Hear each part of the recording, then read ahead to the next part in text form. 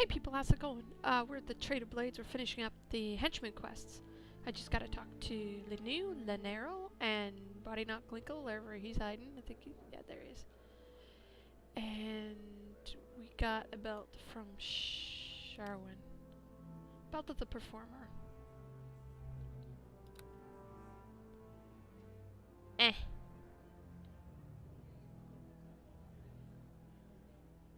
Where am I hiding this stuff? No.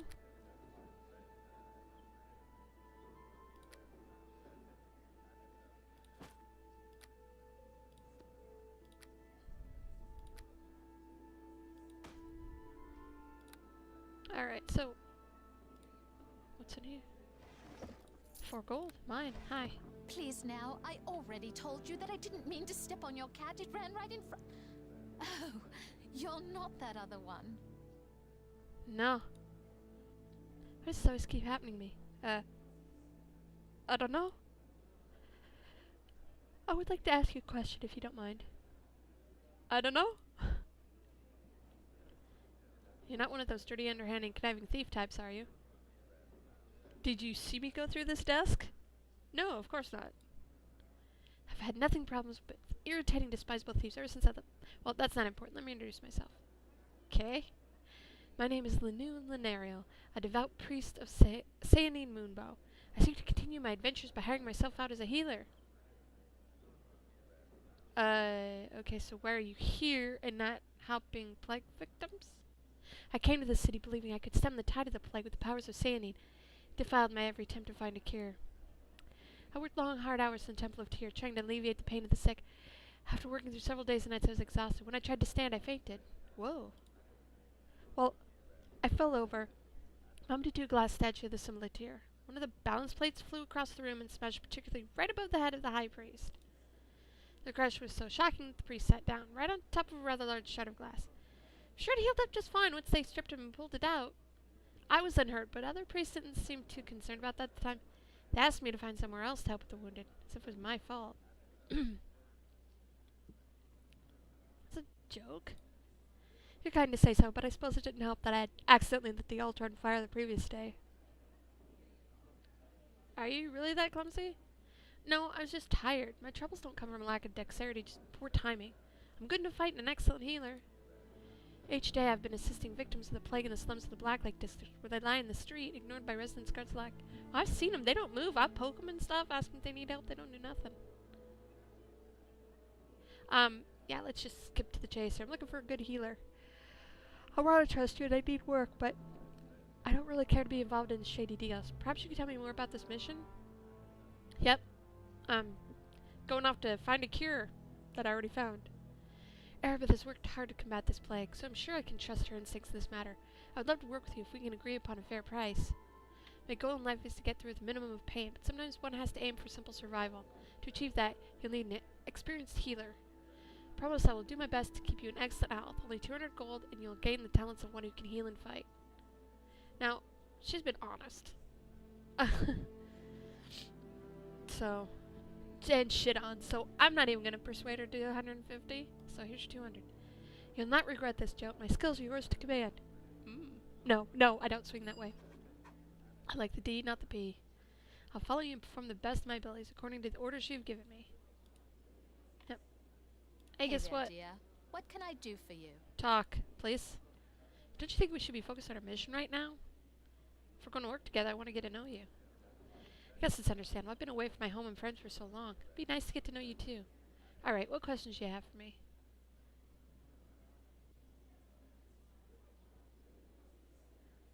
What happened to make you hate thieves so much? It was a mangy, sneaky, lowdown, gutless. Oh, I'm sorry. Just thinking about that makes my skin crawl. Most of my problems have been caused by thieves. In fact, the reason I had to leave my home was because of a thief. I worked in the Temple of the Full Moon in Everuska for about 6 years before I left my home. I loved the peacefulness of the temple. But even there, accents and tricks of fate made life difficult. It wasn't usually anything big, just me in the wrong place at the wrong time. I don't know why, but I just didn't have any luck. Bad luck happens to everybody. Well, it's not always bad luck, though. Sometimes I can be a little gullible.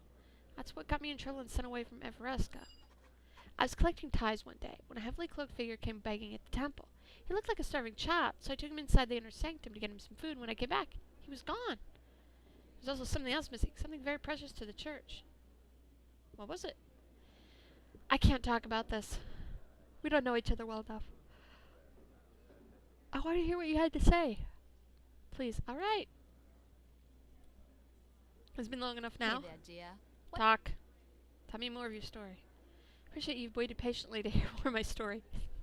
33 seconds. That's pretty patient. I just ask you don't make fun of me, since this is such a dark blot on my name. Many years ago, a cleric performed a service for the people of Everesca by uncovering a drow plot to destroy the city. Saint Moonbow came and presented the priest with a silver goblet. That's what was stolen. Yeah, the thief stole it right out of the temple and managed to sneak out of Everesca. No small accomplishment there. The other priests were frightfully mad. Only the head priest was willing to concede that it could have happened to someone else, but of course it didn't. It happened to the person that broke the head off the golden statue of Corellon. I didn't know what to do, so I stayed up all night, praying to Saint to guide my path. The goddess heard my prayer. Just before the first ray of light broke the dark, I was granted a vision. What was it? I saw myself leaving Everesca and going on a long journey. At the end of the journey, I returned with the chalice. The trip itself was a blur. I had no idea where I'd go other than to the north and the west. When I told the priest my vision that would take me far away from him, I held a cheerful celebration in my honor of my sacred quest. It was the first moment in my life when I felt I truly belonged. You're just a little clueless, aren't you? Well, no, it's easier to accept that way, and if I'm clueless, at least I'm not exceedingly rude. But I'll never welcome me back to their city. My quest has failed. Oh, we can find it. No, you don't understand. No one will ever understand. I shall be an outcast for life. Please, Jote, I should not have said so much. We'll talk more about this later, but not now. Hey Now? there, dear. What? Now. More. If I trust you with my life, I should trust you with my troubles. I'm sorry I was so overcome with despair, but you see, I found the silver chalice of Moonbow once already. I found it in a small town called Lore, but then I lost it again. How the hell did you lose it again? As I said, I found the chalice in the merchant town of Lore. The thief, a halfling, tried to sell it to a Zent merchant, but when the halfling tried to charge him 500 gold, the Zent claimed the religious artifact as a tribute to Bane. The halfling thief protested, but the mayor of the town was a Zent as well. Next thing the halfling knew, he was arrested for the murder of an old woman who'd spit in the face of the Zent soldier the day before. Obviously, he never committed the crime. It never fails to shock me when people are capable of such injustice. And how'd you get involved in all this? I found out what had happened when I showed up in town and saw a mob of people about to hang him. Everyone was laughing and telling the story to anyone who would listen. They actually thought such injustice was funny. Well, they're Zents. Even the bloody merchant was there for the hanging, and he was drinking from the sacred chalice. That's a Zent for you. Yeah. There he had a rope around the halfling's neck when I heard the whole story. I didn't know what to do, but I had to stop it. I ran forward into the crowd, yelling for them to stop it. I tripped and fell in the mud. I looked up and saw the face of a kindly grandmother. I reached up for her hand, and she kicked me right in the teeth. That sucks. Mob turned into a giant brawl, with fists and laughter flying everywhere. How do you laughter fly everywhere? Oh. I crawled out of the crowd and fled town, weeping as I ran. I made it to the forest and collapsed in the bushes off the road. As I lay there weeping, I heard a twig snap. I spun around, standing there behind me was the halfling. He winked at me and toasted me with the chalice, which he held in his hand. I cried out that I had to have it back, but he just laughed and disappeared into the wood. I never saw him again. Well, we'll find it. I'll never probably find the chalice again, but I shall not give up. Is this the chalice you're looking for? Thank you, Jote. I can never repay you for this gift of true friendship. There's something I have that might be of use to you. This is the pendant of the elf. It has the power to enhance some of your abilities with those of the elven ancestors. We've proven this day you're a true friend of the elven people. The pendant only works for those who prove their worthiness. I'm proud to be able to call you friend. Thanks. Because of you, I can return the chalice to where it belongs. I shall protect it with my life until the opportunity arises for me to visit Everesca. La la la. Hey there, dear. What can I do? Level up.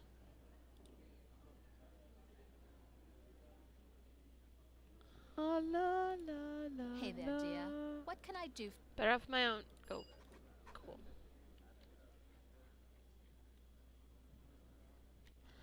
Alright, one more.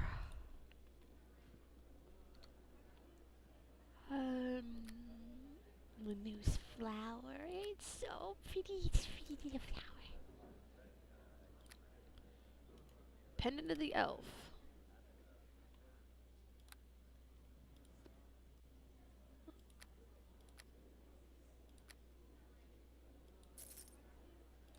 Alright. Body not Glinkle. Hello there. You don't have the look of one of those Neverwinter soldiers about you. Neither do you show any evidence of having contracted the plague. Huh, they changed his picture. But you have a certain bearing about you that distinguishes you from the ordinary citizen. Based on my observations, I'd venture the hypothesis that you're an adventurer. Yep, I'm Jote. Who are you? I'm Buddy Knocklinkle, a gnome sorcerer from the island of Lantan, who's only recently arrived here in Neverwinter. What are you doing down here? I left my home some time ago to experience the broader world. It's not uncommon for people on my island to undertake such a journey. I was exploring the northern Sword Coast when I heard rumblings of a previously unknown plague breaking out in Neverwinter. In the name of scientific discovery, I came to investigate and catalog the new illness. Fortunately, I arrived before the city was quarantined. I decided to begin my investigations of the wailing death in the Beggar's Nest. Why there? From the accounts I gathered... Oh, excuse me. From the accounts I gathered, it was generally agreed that the Beggar's Nest was where the outbreak began. I thought the best way to learn about the plague was to trace it back to its source. And when I learned the clerics were unable to combat the plague, I thought I could apply the scientific principles of Lantan to discover a more mundane cure. Unfortunately, I had to end my investigations in the Beggar's Nest mere days after they began. Far too short a time to conduct a proper study of the situation. Why'd you stop? It's difficult to conduct scientific analysis when you're constantly besieged by zombies. Much as I wanted to continue my research, I was not about to throw my life away to do it. Smart man.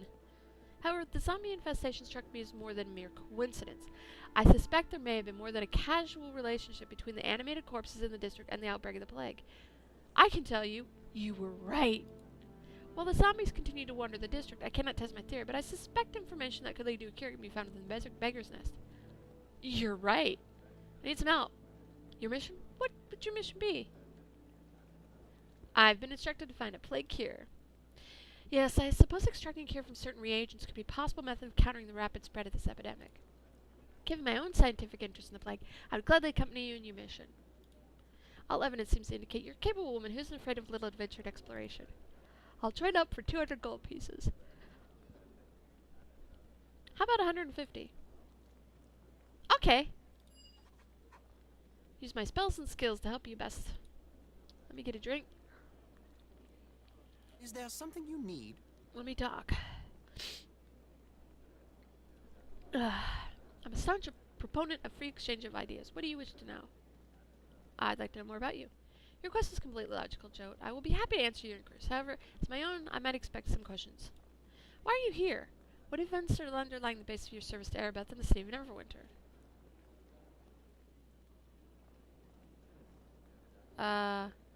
Can't stand to see such suffering from the plague? Compassion is an admirable trait, though I must confess my own motivations when I came here were quite different. When I heard the plague, I was flushed with the thrill of scientific discovery. I thought that if I applied the principles of observation and experimentation, I could discover a cure for the plague.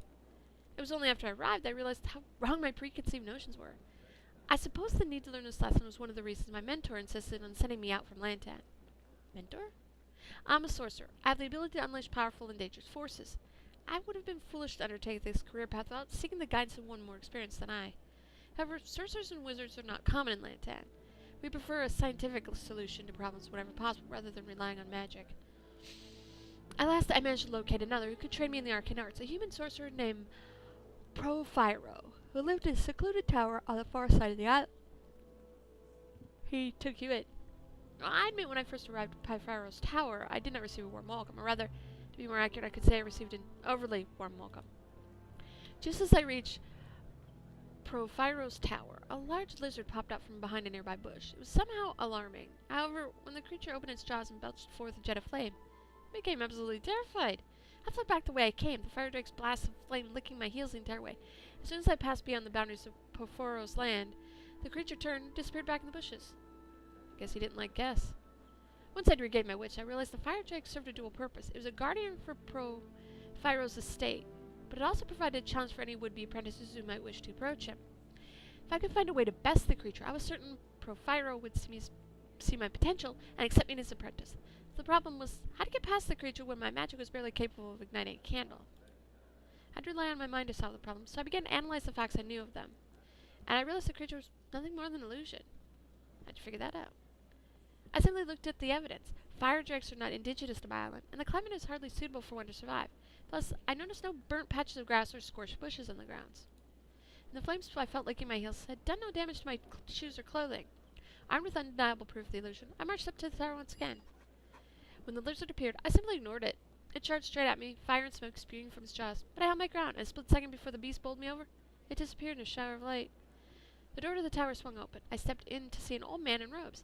He smiled at me and said, "Well done, Buddy Knocklickle. You have proven yourself worthy of being my student. I'm Pro-Fyro."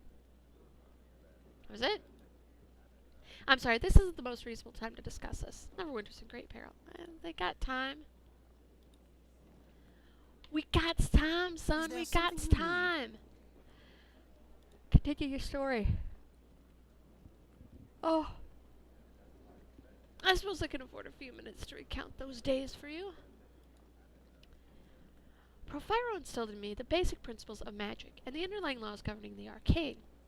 His knowledge and wisdom were an inspiration to me, though his organizational skills were somewhat lacking. I would constantly stumble across magical items carelessly strewn about the tower. Potions and elixirs from half-finished experiments would be left sitting out on the kitchen table. Ancient scrolls he'd be copying would be stuffed under cushions of his chairs, wands stored up in closets. He never ever locked his laboratory, despite countless powerful magic items and dangerous experiments he often dabbled in. Must have been quite temptation? I admit, seeing all those potions and wands and scrolls just lying about was difficult, and I must confess that I eventually did give in to temptation. I snapped. I couldn't take it anymore. I did something rash and completely out of character. I waited until my master left on an extended trip, and then I cleaned up his lab. I organized the scrolls and the potions and the wands. I built shelves to store magical components of his research, and I made a catalog system so he could cross-reference all his tests and results. The items that were particularly powerful or unstable, I locked safely away in a magically reinforced chest with a key that I presented to Profiro on his return. So he cleaned up. What can I say? I was young and foolish. Profiro's own reaction was similar to yours. He couldn't believe what I'd done, although he did continue to use the filing system I'd set up for him. You weren't curious at all. Of course I was curious, but my hunger for our experimentation was tempered by reason. Imagine the damage I could have done if I dared experiment on my own. I was an apprentice, so the sensible course of action was for me to follow the lead of my master. Any other course of action would have been illogical. They really did base him off Spock. Well, they make sense now that you've explained them. I admit my actions may seem overly cautious, but that's the way of my people. Curiosity is tempered with careful analysis. However, ever since I left Lantan, I find I'm growing more bold in my quest for discovery. After all, I did come to find a plague-infested city in order to chronicle a new disease, among other things. What other things? I shouldn't have said anything. Well, maybe it's something I can help with. Ask me about it later. Okay, let me take another drink. Drink! Is there something you need? Days I regret recording early in the morning. More talk. Continue story. Okay. I told you that I came to Neverwinter to study the Wailing Death. There was another reason I came as well. Given all that's happened, it seems rather unimportant right now. But you did ask me, so I must conclude you're interested in my motivations. I came to Neverwinter in search of bread. Bread? I know how foolish it sounds, but I heard tales of a special type of bread found only in Neverwinter. Leaven bread, they call it.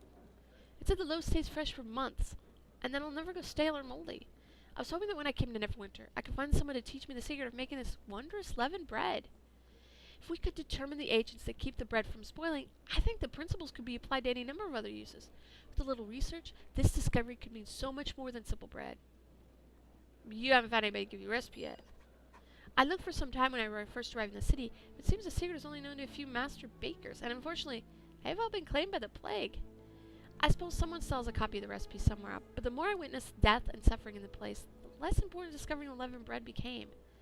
I believe the discovery of the leavened bread recipe could have far-reaching benefits, and I'd like someday to be able to bring a copy home to Lantan. But I know your mission's more important. I'll not let my scientific discovery get in the way of work. Do you mean this recipe for leavened bread? Da da da da! I have no gold or treasure to offer you, but there's one thing. A small token. It's all I got. Before I left Lantan, I was given this ring by my master, Profiro. He said it embodies the essence of discovery and the quest for knowledge. Because you have helped me in discovering the miracle of leavened bread, I feel you have earned your right to wear this ring. Thank you. The ring comes from the island of Lantan, an island of discovery and invention, has the power to grant the insight to its wearer. I regret there's nothing else I can give you, Joe, but once more, I thank you for what you've done. We should return our attention to your mission. Hey! Is there something you need? Level up. Ooh, we got a purple. Is there something you need? We need to part ways. Yep, fuck off. Okay. Oh, we did it. We got all the henchman quests done. Let's take a look at this ring. Master ring. Body Knox gem. Antony's ring. Bonus to charisma and regeneration +1. What are we wearing? Ring of the Rogue, Ring of Insight.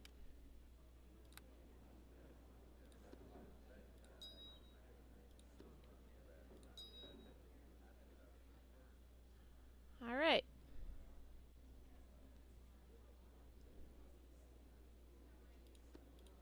This needs to be better organized. I'm having trouble dealing with that shit. There we go. Alright. Let's celebrate with some booze.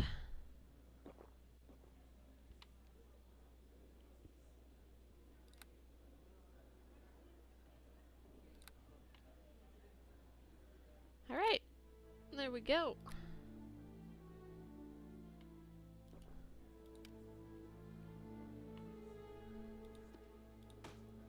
Let's put all this crap in here.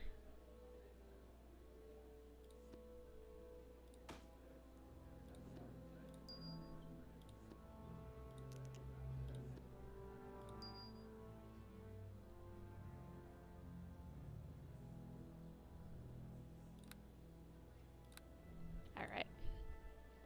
So, I'm going to drop off this letter to Mr. Fenthic Moss. What are you doing?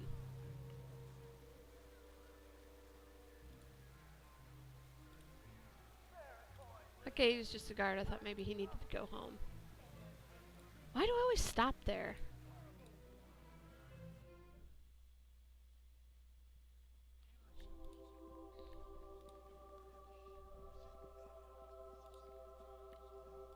Oh, we gotta read that letter before we hand it over.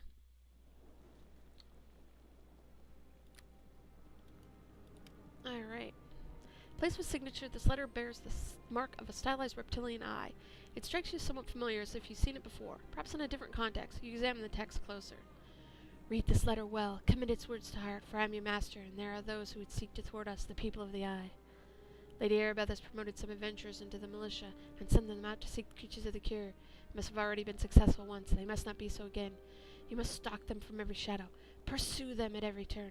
These creatures are to be set loose and hidden wherever they are out of reach. Do not fail me in this. Remember, I hold the power to grant you life in this place of death. Your lives are mine to deny. Long live the people of the Eye. This should be shown to someone of authority. Fenthic! Oh, Fenthic! Hey, Hello baby. again, and well met as always. Is there something I may do for you? Take a look at this note. People of the Eye. The cult of Neverwinter is dark news indeed, especially when bent on preventing us from recovering the water-daving creatures. Before your lunch, time-consuming investigation of a mysterious cult. You might want to take more evidence. For all we know, this note is a fake.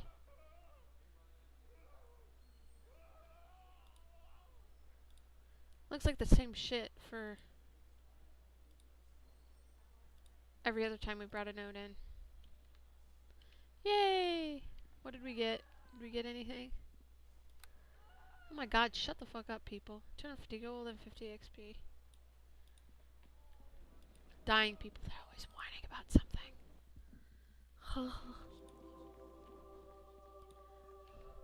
No. Journal.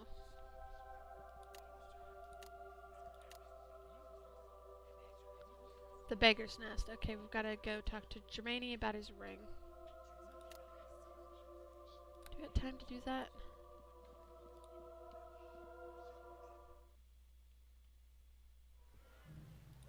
Beggar's Nest is this way, right?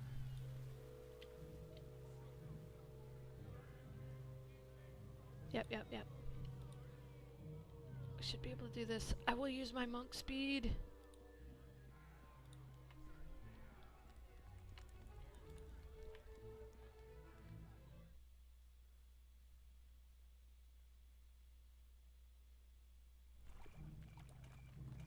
Hello. Yep. Auntie named Golden. It should be fine now. Thanks. Okay, where's Germany?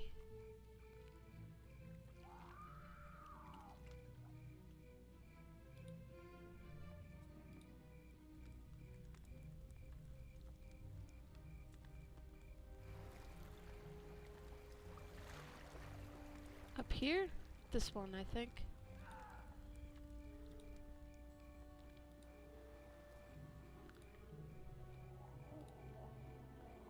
See if we can get this done.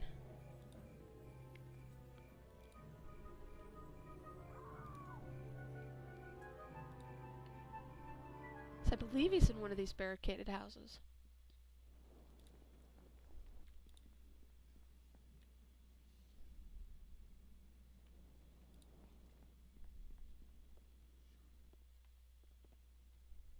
Oh, that's Crystal. Okay.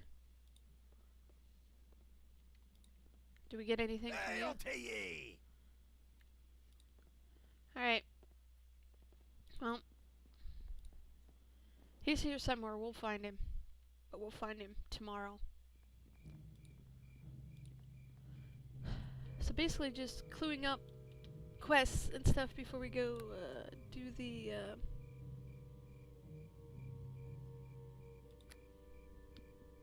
do the cure thingy.